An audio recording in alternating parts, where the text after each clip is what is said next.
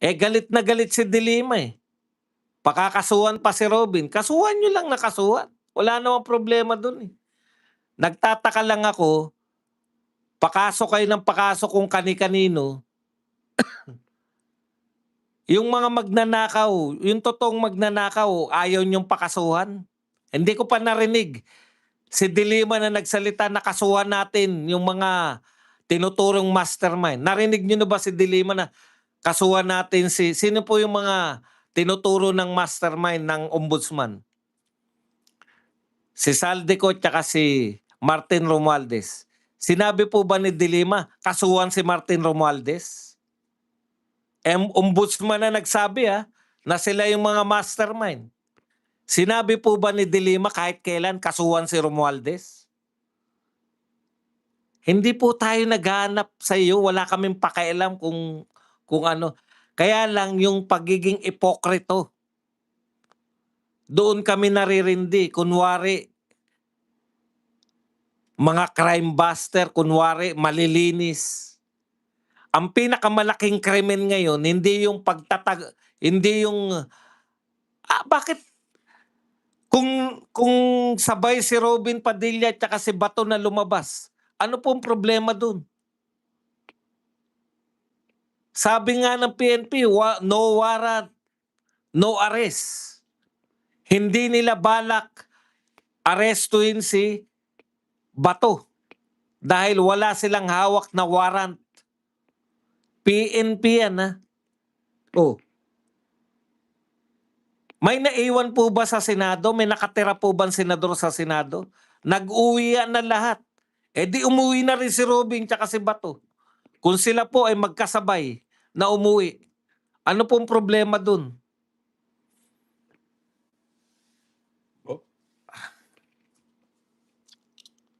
Pinoproblema nyo yun. Ang pinoproblema ni Ombudsman Boying Remulla, yung putukan na naganap. Hindi po yung kasama si Robin na umalis.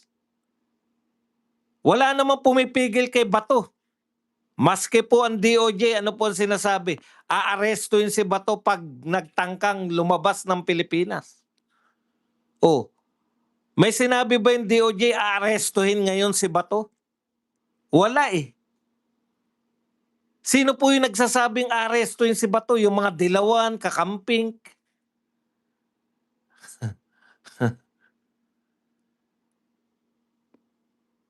Sino po ba nanghuli Sino po ang humahunting kay Bato ngayon?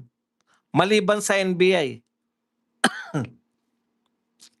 May pronouncement ba yung NBI na huhulihin nila si Bato? Ang alam kong pronouncement ni Pangulong Marcos, wala siyang utos na ipahuli si Bato. Yung NBI, sinabi rin nila na hindi nila huhulihin si Bato. Eh sino po yung akalan huhuli kay Bato? Yung mga dilawan kakamping, Makabayan Black. At saka yung mga supporter nilang loyalista. Hindi ko po kayo inaano Nagtataka lang po ako sa loyalista kasi dapat loyalista, di ba? Bakit ang support ng loyalista kay Lenny, sa mga dilawan, di ba? Oh. Kalaban niyo yan dati, di ba?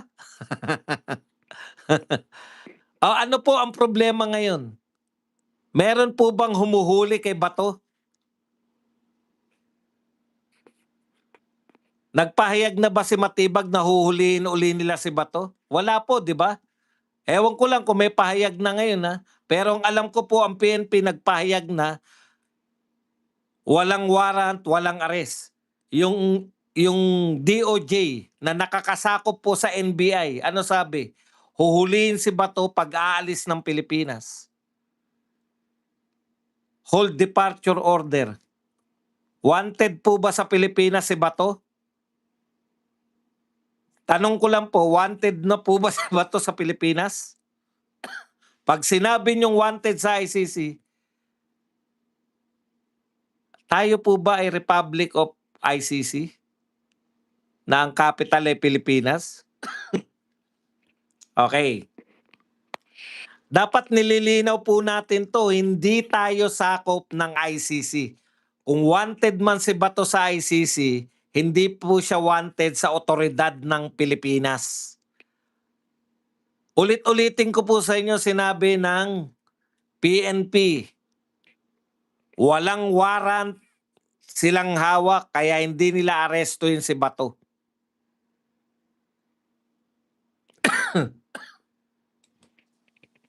DILG, dapat dumadaan sa legal course yung ICC. Kami, kung Duterte supporters lang po ang magsasabi at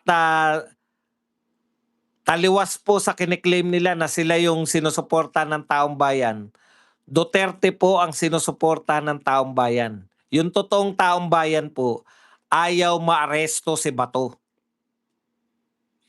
Kasi pag inaresto nila, tuloy po dun eh. Ibig bang sabihin, ayaw nating maaresto si Bato, period? Hindi po. Wala pong nagsasabi na si Bato ayaw nating ipaaresto, period. Ayaw nating ipaaresto dahil sa warrant of arrest ng dayuhang korte. Kung may warrant of arrest mula sa Philippine Court, paulit-ulit na tayo dito. Warrant of arrest mula sa Philippine Court, pati si Bato sabi niya kikilalanin niya. Ang ayaw lang namin litisin si Bato sa ICC kasi nakita na po namin kung paano yung treatment ng ICC. Ang tanda na ni Tatay Digong, kung sa Pilipinas yan si Tatay Digong, nabigyan na po yan ng pardon dahil sa katandaan. Katulad ng mga ginawa ni Boying nung siya DOJ pa. Maraming napalaya dahil sa edad. Bakit hindi nyo kinestyon si Boying? Kasi dito, sa Pilipinas, makatao ang ating batas. Kinikilala yung edad. Doon, walang pagkilala. Paglabag sa human rights yung gusto ng mga tao ron.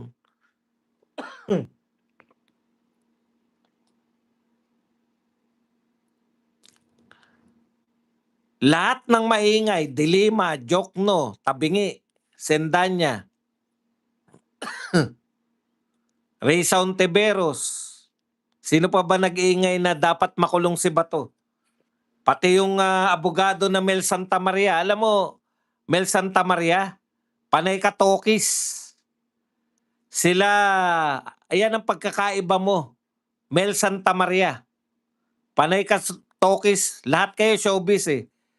Nag-a-appear kayo sa telebisyon, may mga TV show kayo, nila Atty. Topacio, nila Atty. Trixie, no? Ano pagkakaiba mo kay Atty. Topacio, Mel Santa Maria?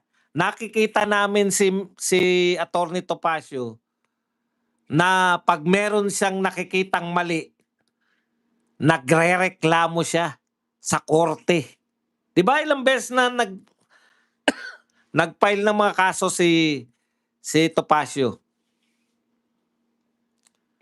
Kung naniniwala kayo na may kasalanan si Bato, bakit hindi kayo magsampa ng reklamo rito sa Korte ng Pilipinas? Konstitusyon kayo ng konstitusyon. Malinaw po yung nakalagay sa konstitusyon natin. Pag ikaw Pilipino, nagkasala ka dito sa Pilipinas, ang biktima mo di umano ay mga Pilipino rin. Saan ka dapat litisin? Bibigyan ka dapat ng due process. Di ba yung sinasabi pag hinuhuli ka? You have the right to remain silent. Ikaw ay pwedeng manahimik dahil pag nag-ingay ka, pwedeng gamitin yan laban sa'yo. Kung wala kang pang-abogado, ikaw ay may karapatang magkaroon ng abogado. Kung wala ka abogado, po-provide ka ng gobyerno. Di ba? Makatao dito ang batas natin, saligang batas natin eh. Saan sa konstitusyon ng Pilipinas nagsasaad na ang isang Pilipino nakagawa ng krimen sa Pilipinas at ang nagawa niya ng krimen ay mga Pilipino ay dapat litisin sa ibang bansa? wala kayong makikita. Pati yung binabanggit na usong binabanggit ngayon yung